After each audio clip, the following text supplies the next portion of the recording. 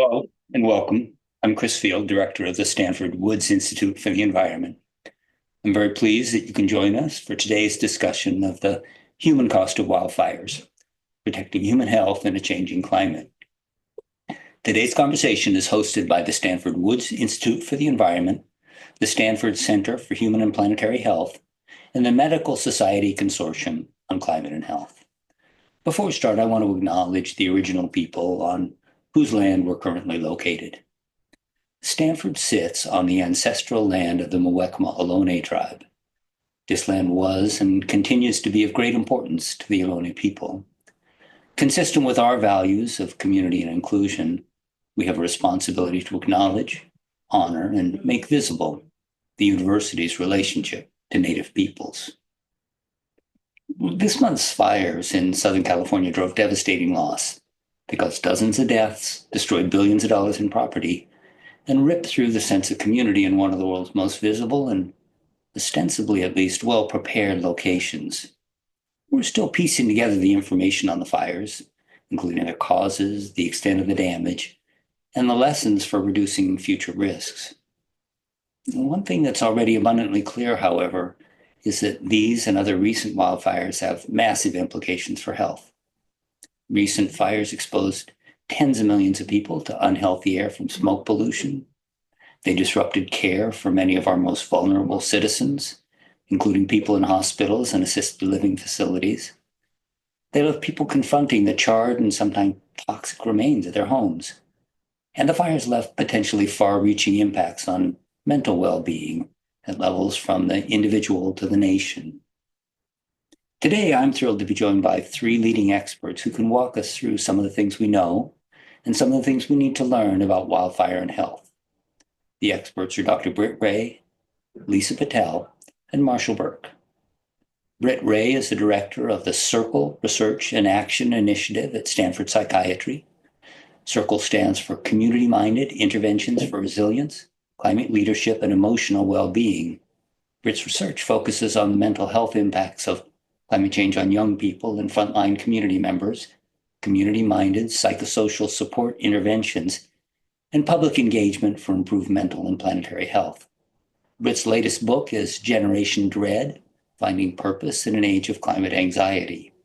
In addition to writing books, Britt has hosted and produced several science radio programs, podcasts, and television programs for international broadcasters. Lisa Patel is a clinical associate professor of pediatrics at Stanford and executive director of the Medical Society Consortium on Climate and Health. In her clinical practice, Lisa is a pediatric hospitalist caring for newborns, premature infants, and children requiring hospitalization.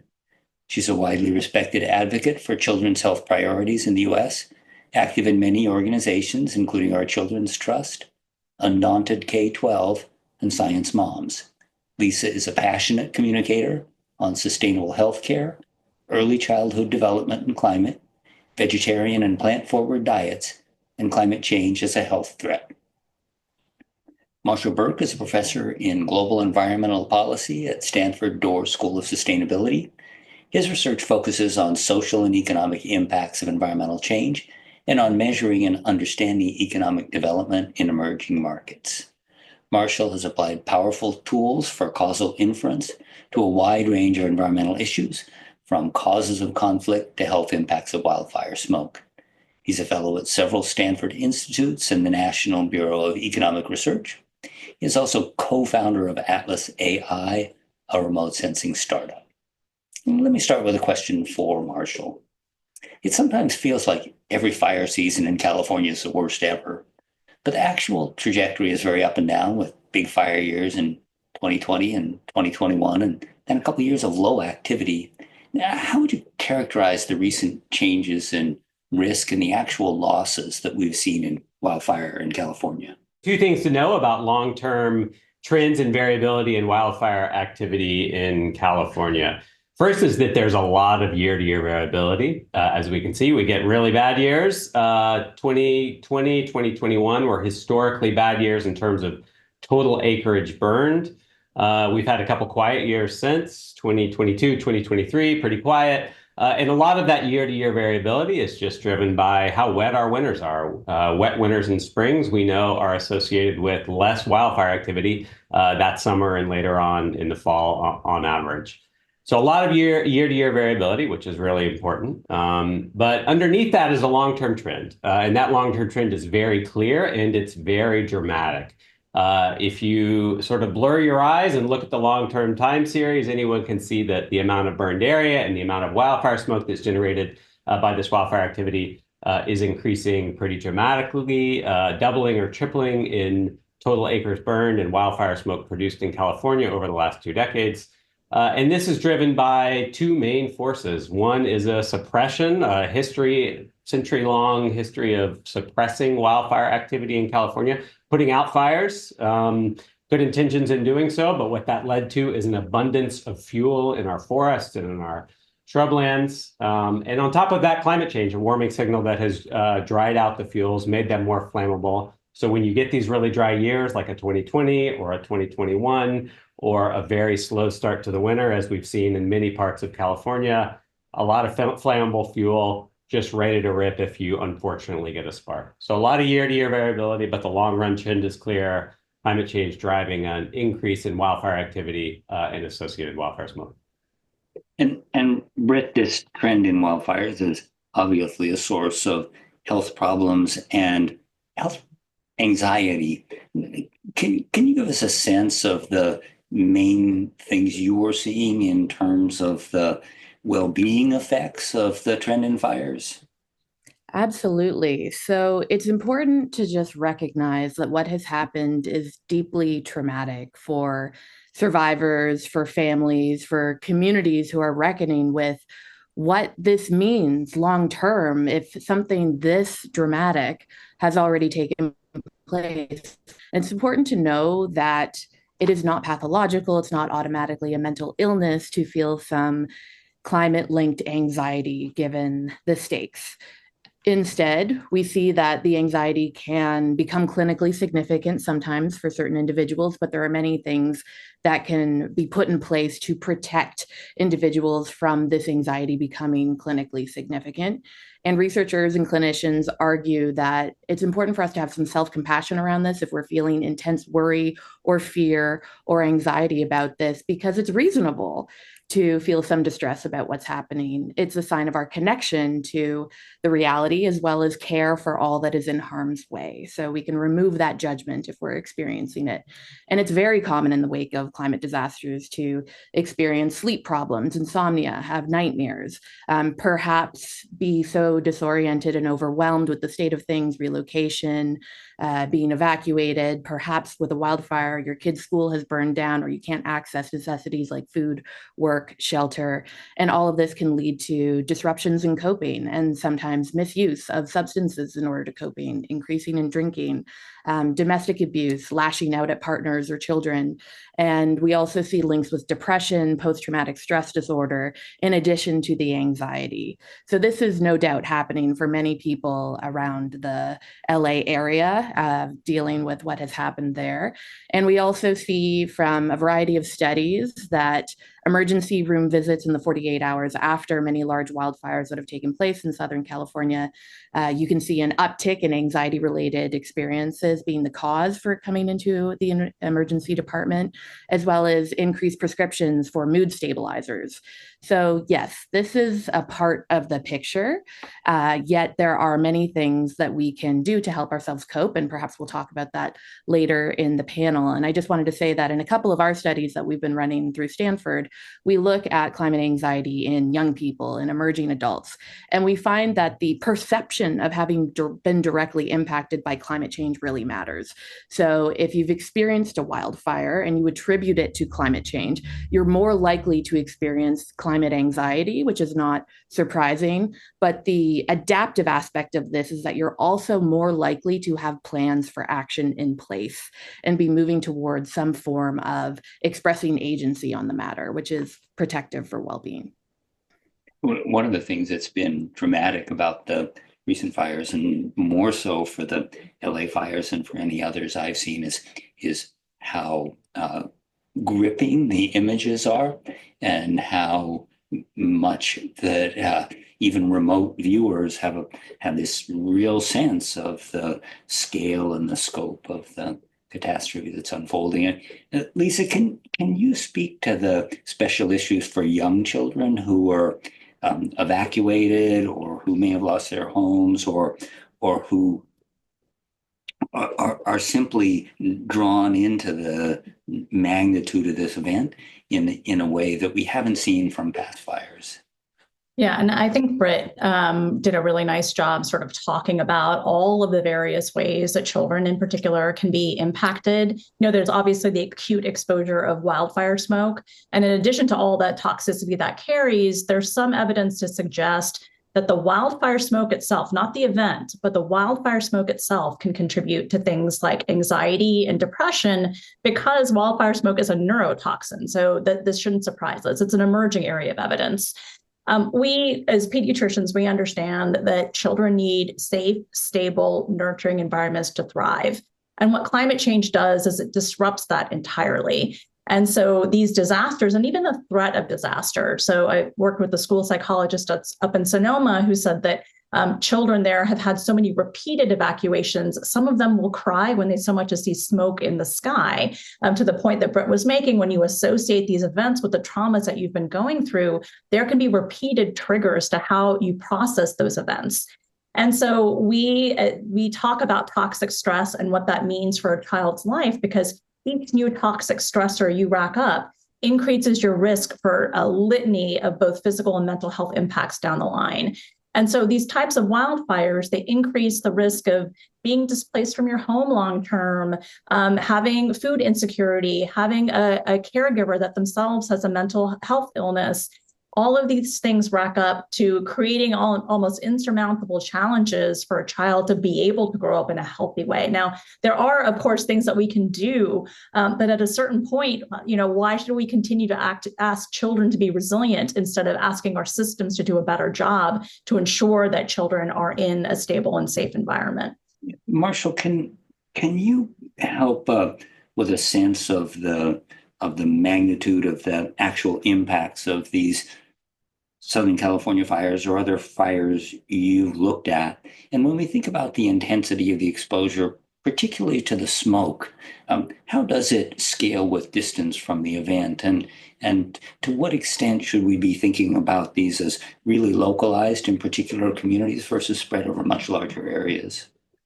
Yeah, that's a great question. And the long-term trend in increasing extreme wildfire activity has really changed sort of our understanding of both who the vulnerable communities are, as Britt and Lisa mentioned, but who in the country and around the world are actually exposed as fires get more frequent and more severe.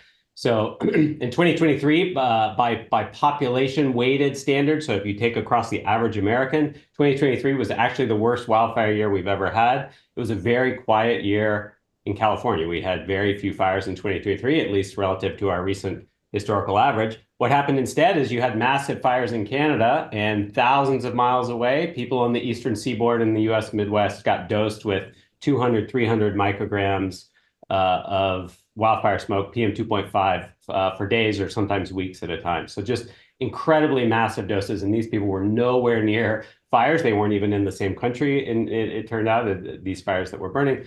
And so what we've seen again repeatedly is large fires that can spread smoke thousands of kilometers, thousands of miles.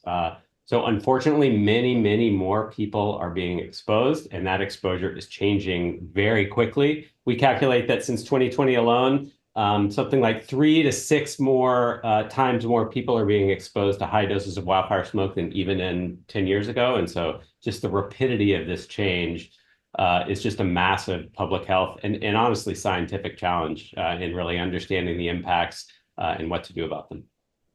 And one of the things that your studies really highlight is that there's not a strong relationship between the number of structures that are burned or the number of people who lose their lives in a fire and the broader health impacts. And it may turn out, for example, that these Southern California fires, because of the direction of the smoke, resulted in modest smoke exposure, local smoke exposure mostly, but not in the scale of the destruction of property. Yeah, that's exactly right. So in the LA fires, they were driven by a specific wind pattern where you get these downslope winds, Santa Ana winds that are coming from the hot desert and blowing basically into the ocean. And so from a smoke perspective, that's a bit good because a lot of the smoke is just blown out to sea where fewer people are. But you get a lot of structures burned. And of course, all the terrible images that we saw and all the people, continually dealing with that right now, the fires aren't even out. You get a lot of structures burned, and so while the smoke is out at sea, a lot of people were dosed locally with smoke that was almost surely much, much more toxic. Here's a setting in which science is again trying to catch up with the reality of these WUI fires, wildland urban interface fires, or urban incursion fires. And just in the past few years, unfortunately, as we've seen more and more of these incidences, Boulder, Colorado, Lahaina, and now in LA, we're unfortunately learning a lot about what happens to smoke and ash and the resulting dust as all the things inside our house and our cars are incinerated and put into local smoke and ash. And the news overall isn't good. I mean, I think there's increasingly clear guidance on what to do to protect yourself. But certainly, while fewer people are exposed to this urban smoke, it's a really important, substantial health challenge.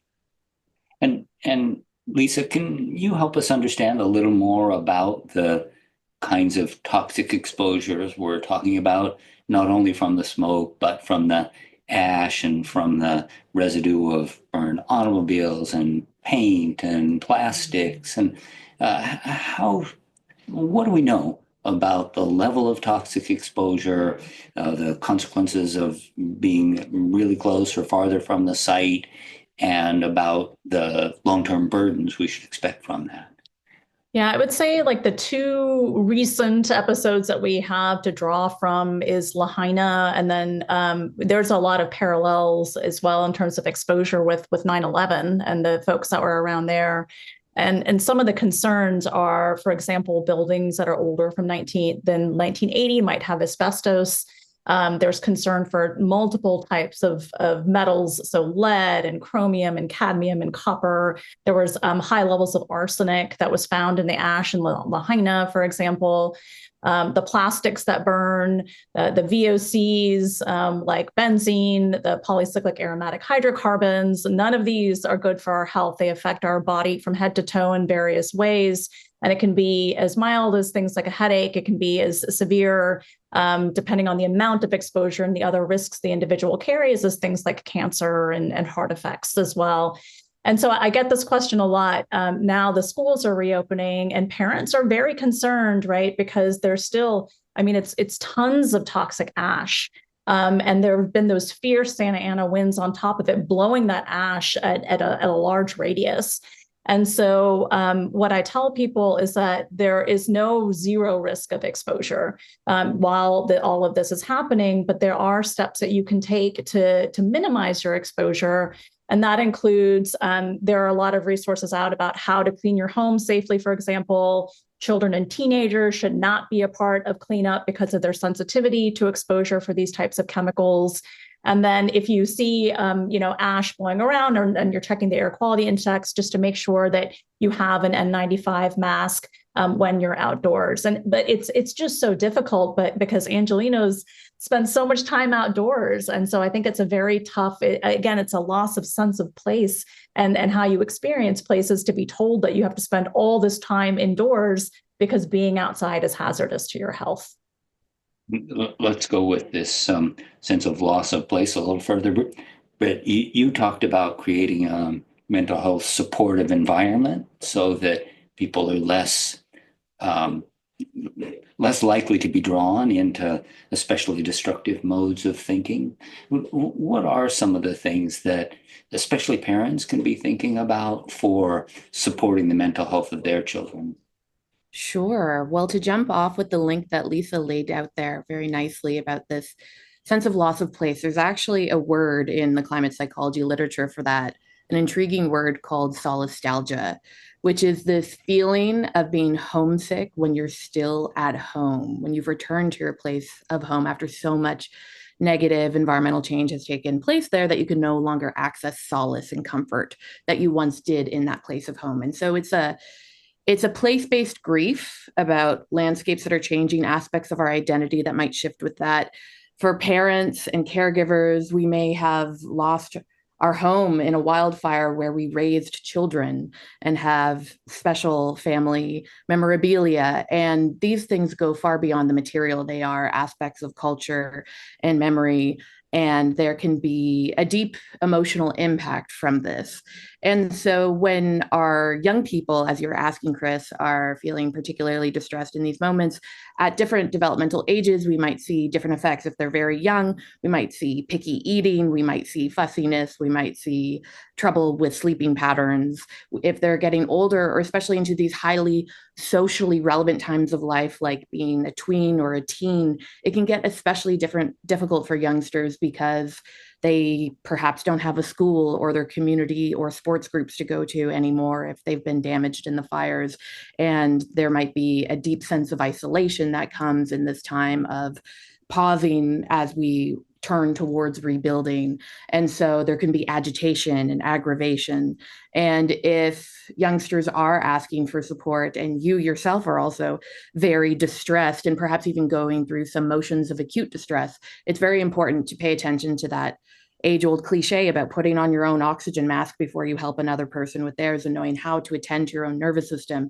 If you're really riled up, there's aspects of, well, what one of our Circle team members, who's been a many times fire evacuee and leads recovery efforts for survivors of Lahaina, many in Sonoma, and so on. Her name's Adrienne Hines, a clinical psychologist. She recommends box breathing. So breathing in for the count of 4, holding your breath for the count of 4, exhaling for the count of 4, and then keeping your lungs empty for the count of 4, and repeating that to calm the nervous system. If you can change your temperature, if you can put your face in cold water or hold onto ice cubes, this also slows your heart rate and calms you down.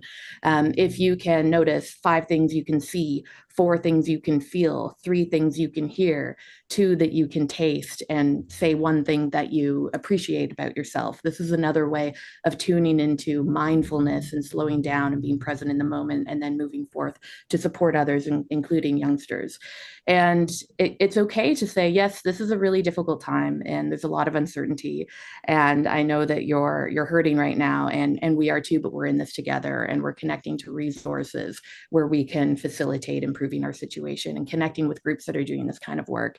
And in study after study, going back decades from disaster psychiatry and public health, we see that a key ingredient for getting through disasters while protecting mental health and promoting improved well-being is social connections, social capital, being in close connection with others around us with whom we can achieve shared goals. It helps us to rebuild faster, but it also provides us that emotional base level from which we can stand up and grow through in post-traumatic ways that achieve, yes, what is called post-traumatic growth, which protects our well-being. I really like the concept of the essential quality of taking care of yourself before you can take care of your children, and that a stressed out parent isn't going to be effective as a communicator. And could you comment briefly on the role of professional help in this context? I mean, how is this a situation in which the primary tools that people are going to have to draw on are the kinds of guidance that you've provided, or when should people seek professional advice? So there are wonderful resources to tap into at any moment when you might feel that some support would be wise, whether that's a mental health hotline, of which there are many, especially disaster crisis lines of support, tapping into therapeutic modalities, finding a climate aware therapist if you're having increased distress around the climate crisis as a whole. We've actually created a resource hub with particular supports for those who are experiencing wildfires, but also other stressors related to the climate crisis at unthinkable.earth. So it's a pretty simple URL. If you go to unthinkable.earth and check out the resource hub, there's a variety of professional and paraprofessional psychosocial supports for these kinds of experiences. And there's more that we can do as individuals when we pay attention to how are we dealing with difficult feelings that are not comfortable. So if it's the grief, it's if it's anger, if it's fear, if it's despair. There's all kinds of contemplative traditions, mindfulness, meditation, yogic practices, breathing techniques, somatic therapies. For some people, it's communing with others, drawing strength from ancestors, and looking at cultural lineage in order to move through difficult times. There are forms of self-care that are so key, and we need to pay attention to the basics of eating, sleeping, physical activity. It's incredible how many depressive symptoms, for instance, can be resolved when we pay attention to those basics.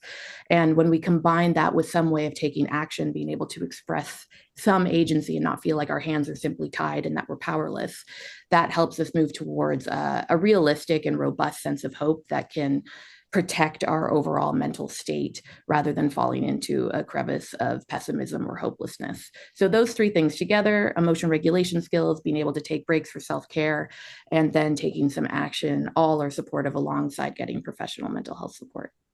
Excellent. Thanks so much. Let me call out that after another 6 or 7 minutes, I'm going to turn the conversation over to questions from all of you in the audience.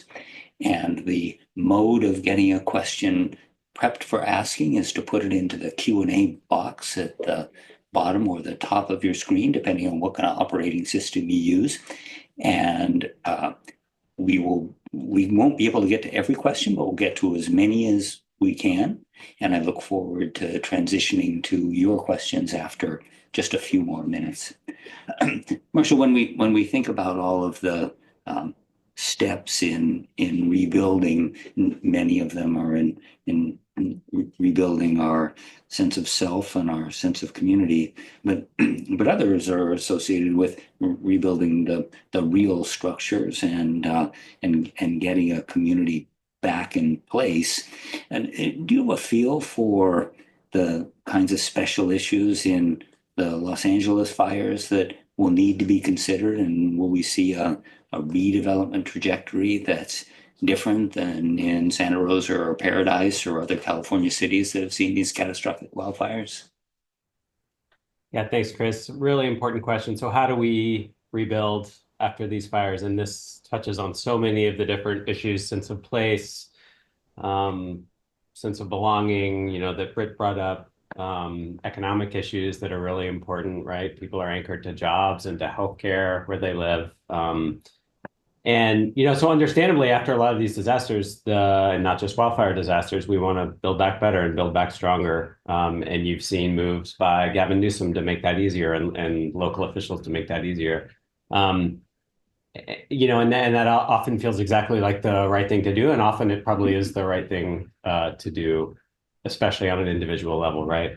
At a societal level, it's challenging because what we have done is we are going to build back in an area that we know to be at high risk, right? And so I would be the last person to tell an individual what to do, but societally, we need to think about how to manage that risk. And Chris, you've done great work on this. How do we think about the hard decisions of where to rebuild and where perhaps not to rebuild? And again, in any given situation, it's almost an impossible thing to talk about, but it's a topic at a societal level we need to have. Prior to rebuilding, the cleanup and the reconstruction is really important. And we're talking about health impacts. I think, as Lisa mentioned, there's a lot we need to be attentive to there in terms of how we sustain health while we have a bunch of nasty ash, things sitting around that we know to be health toxic. And there's multiple questions in the Q&A that we can get to specifically on that. But certainly, wearing personal protective, folks are going back into their houses wearing PPE of various types. N95s can help, but if you have VOCs or other things around, often just your standard N95 is probably not enough, and you need activated carbon, some other way to take out VOCs. That's really important. So we can go into more of the details there, but various types of mass infiltration, if you're cleaning up, is really, really important. Who does the cleanup, as Lisa mentioned, also really important. Don't let your kids do it yourself. So protecting health in the interim while we figure out how and where to rebuild is a critical component. Yeah, Lisa, one of the things that comes up right away after every one of these fires is, oh, we'll get rid of all these burdensome regulations that slow down reconstruction. And they're typically environmental considerations, they're code considerations, and many of the rules and regulations that have been put in place to assure, in many cases, fire safety, but other kinds of safety as well. And I wonder if you can comment on kind of the philosophy you think we should be pursuing to, as Marshall says, build back better, and whether the immediate inclination to dispense with code requirements and environmental regulations is the right way to go.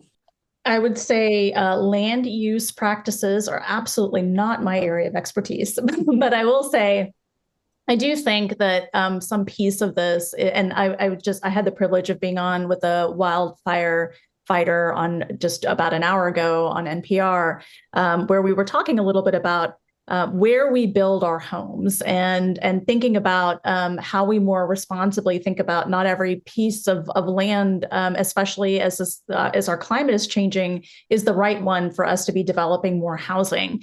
And so attaching more thought about where we're placing our homes rather than turning everything into a real estate opportunity, I think is an important one. And I might turn to Marshall to provide more on the policy front, because this is not my area of expertise. Yeah, I think one thing to highlight on the building codes is we've certainly learned a lot that ways of building houses can be quite protective. Often they're not, if you get these really, really intense extreme urban wildfires, even houses that are built to the newest codes can still burn.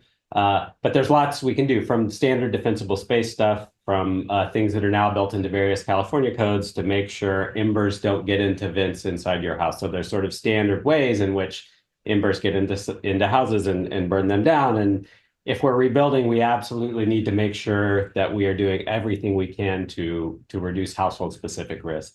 Once fires get into communities, the way they spread is just house to house, right? And so a good predictor of whether your house is going to burn down is whether your neighbor's house burned down, because they're the source of embers for your house once fires are in the community. So if we can keep that within community fire spread from happening again through these building codes as best we can, defensible space, that will at least help reduce, certainly not avoid, the sort of risks we saw in the Eaton Fire, Palisades Fire.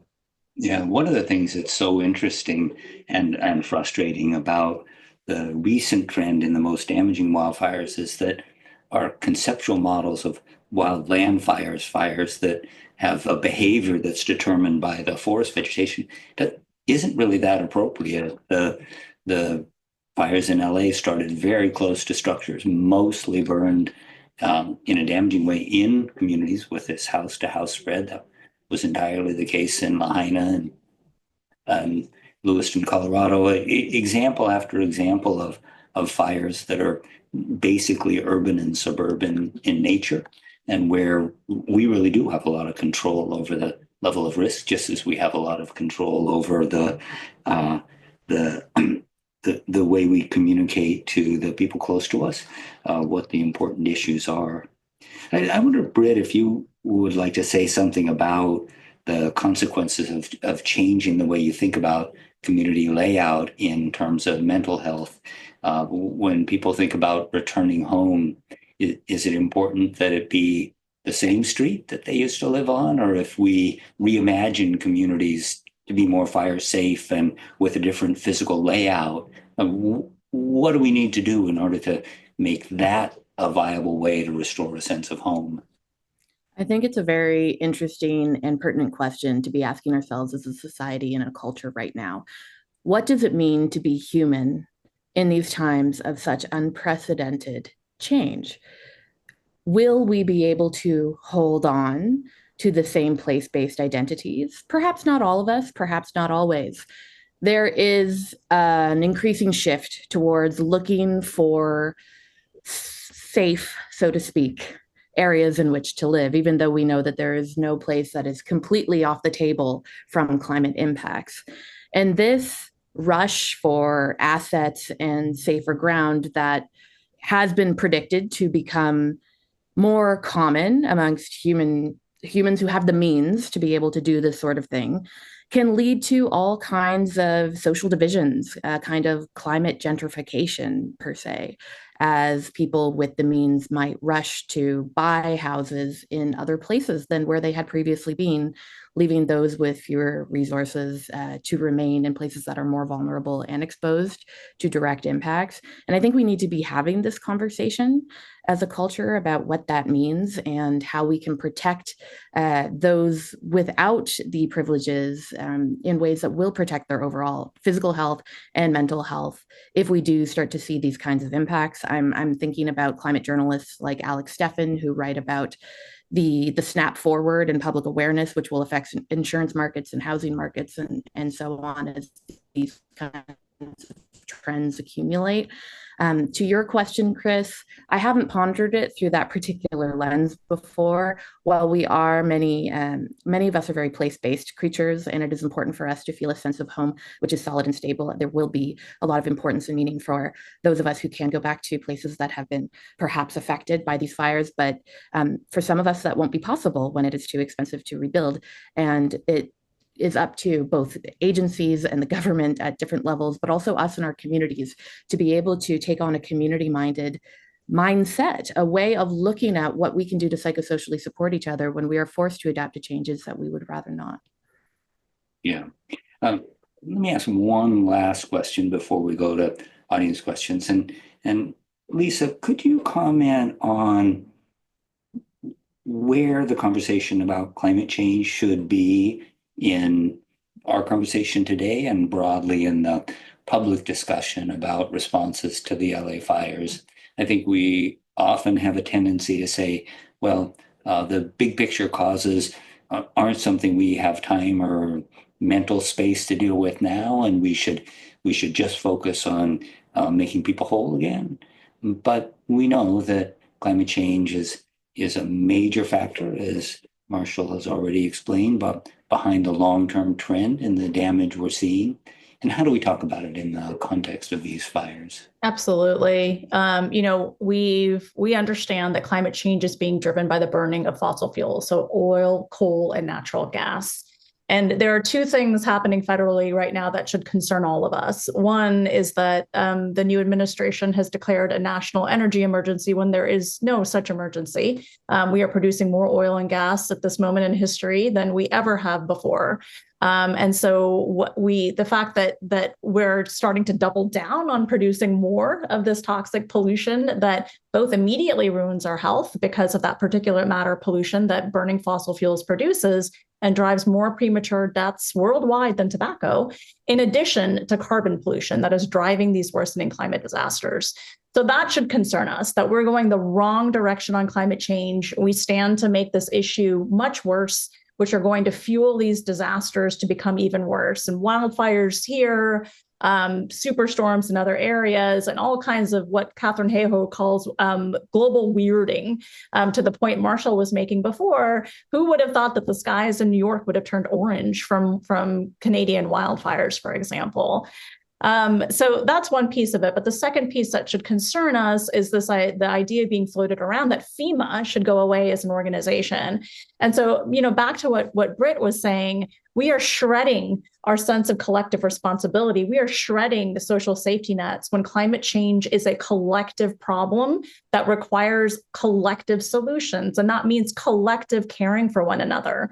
So bolstering our public housing programs, for example, to create more affordable housing for folks. I sat in on a last year, or 2 years before, the White House had brought together a conversation on resilience. And I sat in a group, it was for healthcare and migration. I was the only healthcare person in that working group. Everyone else there was working on migration. And from being inside of that room, there are no good plans in place for what's going to happen as populations move from one place to another. And so to really build upon Britt's point, that's going to leave populations already vulnerable, even more vulnerable as they're forced to move into cities that aren't ready to take in all of that huge influx in populations. Though that scale of a crisis requires our collective resources and our collective will. Yeah, let me turn to questions from the audience. There are a ton of really, really interesting ones. And I'm going to pick a little bit at random. The first one is from Noella Boudard. Britt mentioned the importance of self-care, including physical activity. What kind of physical activity do you recommend for people who shouldn't go outside on highly toxic air days or during post-fires? And I don't know, Lisa, maybe that's more a question for you. So I think, and this is part of the balance that I've been talking about with families, especially I'm glad the rains have been a mixed blessing and curse. It's helped with the firefighting. Now we're starting to see mudslides. But in terms of air quality, it helps because it helps to, essentially wash the toxins out of the sky, at least. PM 2.5 can hang around until rain comes. And so what I've been telling folks is that if the AQI looks reasonable, so it's in the green, and you're not seeing or smelling smoke, do spend some time outdoors. It's important for our physical and mental health. You don't need to be trapped inside all day, every day. The exercise that you can do inside, we can, a lot of mindfulness exercises that Britt mentioned for mental health. There are tons of physical exercises you can do on YouTube. I've spent days indoors with my young children during the 2018 and 2020 wildfires, and it's certainly not ideal. It just requires some creativity and connecting yourself to what your personal passions are for exercise. Next question is from Jonathan Pack, one of the leading researchers in climate change and health. And he had one question for Marshall about whether we're effectively communicating the science of changing wildfire risk. I'll read it. Marshall indicated quantitative influence by climate change, and I've seen a PNAS paper stating 2 times risk due to climate change. How can we improve communication around this when the dominant narrative and disinformation will blame Smokey the Bear and land management? That's a great question. Climate change is not the only cause, but it is certainly an important cause. I think, Jonathan, if you're still on, referring to a paper from about 10 years ago, this nice paper by John Abitoglu and Park Williams, showing that the long-term sort of multi-decadal trend in wildfire activity is probably about 50% due to warming that we've already seen. Meaning, if you were to subtract that warming out, you would have had about 50% less wildfire activity. So that's a substantial thumb on the scale. It's not the only cause of wildfires. We're going to get wildfires anyway, but it's a substantial thumb on the scale. I think, and I would credit most sort of media organizations with this, I think they are actually pretty quick to make the link between overall trends in wildfire activity and climate change. I think that link actually is being made pretty often in many different media sources. Could we always make it better? Yes. And I think the thing we could really communicate is how quickly things are changing and how much worse they actually could get due to future warming if we don't do anything else. So our estimates suggest, if you look at the overall health costs of wildfire and you look at how wildfires might change in the future and compute the health costs of those, they are the single leading source of climate change damage from climate change across the US. So more important than extreme heat, more important than flooding, more than just list your poison, wildfires are going to be the worst. I don't think people necessarily recognize that. And so I think as scientists, we have more to do to communicate the urgency of this challenge, even though the link is I think, being made to some degree in existing sort of media coverage. And of course, this health impact is one that spreads almost across the entire country. Yeah, that's exactly right. As compared to other air pollutants, what you see with wildfire smoke is actually the burden is, at least in terms of ambient outdoor exposure, is much more evenly shared. So while environmental justice concerns are very important for many different types of air pollution, they're important for wildfire smoke too, but it turns out wealthy populations often are just or more exposed, at least in terms of ambient pollution, right? So this is unfortunately a very shared burden. Yeah. Here's a question for Britt from Nora Esders. Would it be advised to maintain a distinct separation between acute disaster-related behavioral health supports versus general climate despair supports, or would it be more beneficial to have those supports overlap? That's a great question. What we're seeing is that there's this cottage industry of supports that have gotten off the ground before the field has been formalized in recent years to help people with the outpouring of grief, fear, anxiety, sometimes despair or sense of hopelessness around the climate crisis. This comes forth in peer support programs, different lay-led types of psychosocial supports, this emerging field I mentioned of climate-aware therapy through places like the Climate Psychology Alliance, Climate Psychiatry Alliance, and so on, that are really attending to this difficult set of emotions that people can cycle through when confronting climate change. And they are sometimes already overlapping with those supports for acute trauma and stress that we see from lineages of disaster mental health. So I mentioned the Climate Psychiatry Alliance, for instance. You can imagine there that the clinicians associated with that group are in fact helping people with exposure to extreme heat and what that does to the brain, what happens when you're taking psychotropic medications and you're exposed to some of these climate impacts, for instance. And so this is kind of a natural two-step evolution of the two together. However, the field of what mental health through the climate aware lens looks like is still being formed. The publications on what that training is for mental health providers is, from what I'm reading in the papers that have come online in the last couple of years, really, they are integrating all aspects, bringing in mental health first aid, psychological first aid, ways of responding to acute trauma and distress, at the same time as they're bringing in existential psychotherapies to help people with the emotional toll of taking on this challenge. And I think that's a good way to go in terms of what my preference would be, that these are integrated at some level. Maybe we could follow up on a similar line of questioning, but this one focuses particularly on low-income families. The question's from Erica French-Arnold, who says, in most fires, low-income families face many of the hardest implications and outcome of fires. How do we protect low-income families, especially kids who have health issues such as asthma from smoke inhalation and farm workers? Lisa, could you start with that? Yeah, there's a growing movement towards doing more work for new public housing, affordable housing, to ensure that it is climate resilient. And so, for example, not installing gas stoves to pollute the indoor air quality there, and making sure that they have good HVAC systems in place.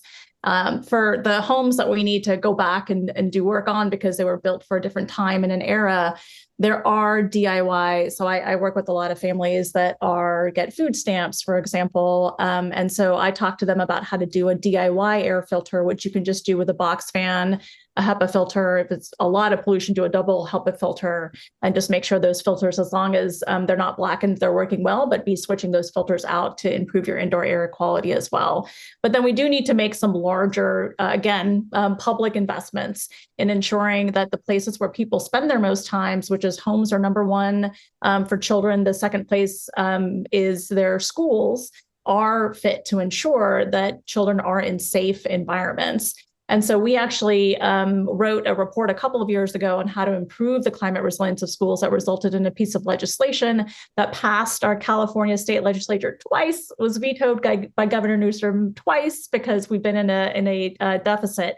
But we're going to keep trying, because until our schools are ready to face these challenges, it's close to impossible to ensure that they're going to have a healthy environment to thrive. And buildings, there's so much that goes into a thriving environment for a child's health and well-being. Our buildings are something really concrete we can do something about and have proven improved health outcomes as well. Britt or Marshall, did you want to comment on this one about special steps for low-income individuals, especially low-income children? I would agree with Lisa on the fundamental importance of and utility of portable air filtration for folks as a relatively low cost but quite effective way to improve indoor air. When, as Lisa says, we spend a lot of our time in home. So building these boxes, you can look up designs online. They're called a Corsi Rosenthal box. But even those can cost, to do a good job on them can cost $100 to make. And so I think we need to make sure that people need to be able to assess the materials to do these, right? Some people won't have $100 to spend on this. And so I think there's a substantial role for public subsidy in making sure people have access to these sort of tools. Those are all really great points. And I would just add that we see a massive treatment gap as it is in terms of those who need mental health supports and those who can provide them. There aren't enough trained clinicians and therapists to meet that growing need. And this, of course, is an aspect of health disparities, and in low income and underserved and historically marginalized communities, the access gap is even greater. And this goes to support why we need to look outside the biomedical model and just narrow one-on-one clinical supports for the mental and emotional distress that the climate crisis is causing. We see that the aspects and experiences like climate anxiety are experienced in a greater proportion in underserved communities, but also that access gap is there. So how do we meet it? We can support and advocate for supports from governments at a variety of levels, from mental health bodies, from funders, to be able to train paraprofessionals, community health workers, lay leaders, from clinicians, from trained therapists, who then go into being supporters of those who maybe don't have that traditional training, but then they are brought in to learn how to uptake simple interventions that they can go out into the community and share in the places where they find their community members in need. They're in their places of worship, they're in their schools, they're in their markets. And this is called task shifting or task sharing. And there's many clinical trials to show that for common mental disorders like anxiety and depression, this way of turning the specialist into a trainer who then trains paraprofessionals or lay leaders to go out into their communities and administer these treatments can be even more effective at helping people recover than primary care. And so I think this is a really exciting area of innovation for the climate mental health nexus as we see and can expect a growing need. And this is an area where the strategy works especially well for low-income people who aren't necessarily directly accessing the healthcare system. Absolutely. There's a whole range of really wonderful questions. I want to compliment all the questioners, and I'm going to turn next to an incredibly practical, applied question. Lisa, this one's probably for you. The questioner says, I work in the outdoor education sector.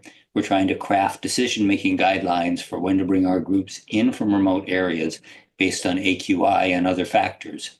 Given that these trips are often 1 to 2 weeks in length, canceling the med trip is complex.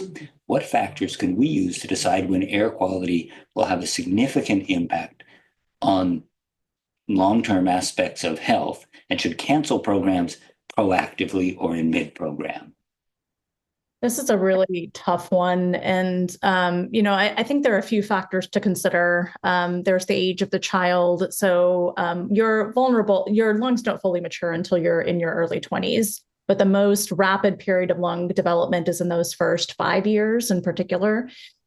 So counting, we, for example, we do a lot of X-rays or CT images in medicine, but in pediatrics, we're very careful about it because the earlier the exposure, the more likely you are to be exposed over, you'll have a longer period of your life where you're exposed to those types of things. And so I look at air pollution the same way.